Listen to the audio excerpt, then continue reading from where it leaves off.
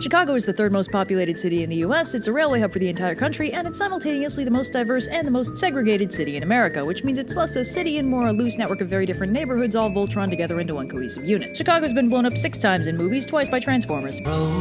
Chicago's got a pretty sweet train system that'll get you most places in the city and only sometimes makes the news because somebody got stabbed on it. Chicago's got 2 airports and they're both so nice they've ruined other airports for me forever, especially New York's LaGuardia, which delayed my flight 4 hours, didn't have any restaurants in my terminal, and threw away my official OSP water bottle for the crime of having water in it. Midway wouldn't treat me like this. Midway only gave me food poisoning once. Chicago allegedly has taxis, but you have to call them, and if you're doing that, you might as well get a rideshare or just drive. Driving is super easy and practical mostly because of Lakeshore Drive, which is the prettiest highway in the US because it goes right by Lake Michigan with a great view of the skyline the whole way up. Chicago overall is laid out on a nice practical grid because the city burned to the ground in 1871, which conveniently let city planners actually plan the layout for the second draft. Take notes, Boston. Wait, Boston caught fire too?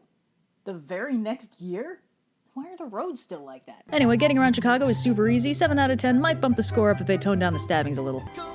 Chicago has a lake and a river, and they're both very pretty until you look too close and see all the trash and invasive mollusk species. The river goes through downtown right by all the pretty skyscrapers, while the lakefront is mostly parks and museums and the super bougie Gold Coast. Chicago's flashiest tourist attraction is Navy Pier. Do not go to Navy Pier. It's got a pretty Ferris wheel and a nice IMAX theater, but everything else is kitschy mini-mall stuff and parking is horrible. Go to a museum instead, because Chicago is up to its eyeballs in museums. Chicago also has Millennium Park, which is kind of like Central Park but smaller and next to a lake. 9 out of 10. Don't call Sears Tower the Willis Tower. You're technically right, but nobody cares, and the Chicagoans get pretty condescending about it.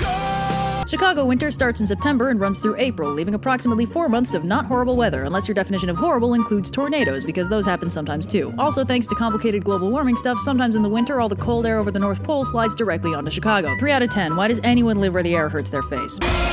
Where some cities have a Chinatown or a Little Italy to spice things up a little, Chicago's neighborhoods are so historically segregated it has all those things and more. If you're feeling a specific cuisine, there is basically guaranteed to be a neighborhood that specializes in it. And if you're looking for more generic fare, steak is super cheap because it's the Midwest and there's a surplus of cafes and bakeries, especially in Hyde Park, which is basically 90% bookstores and coffee shops to cater to the University of Chicago crowd. 10 out of 10. Get high tea at the Drake Hotel, it's only like $50 and you'll never feel fancier.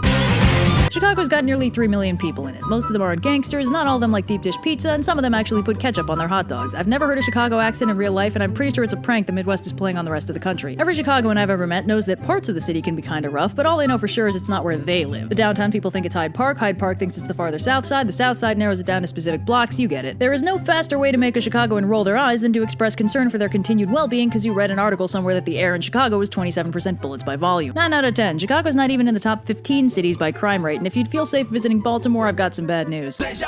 Overall, I assign Chicago an aggregate score of surprisingly well balanced. It's got plenty to do and sights to see without being overwhelmingly dense or crazy. Hit up Chicago if you like steak, wearing 3 or more layers 9 months of the year, and seeing plays before they hit Broadway.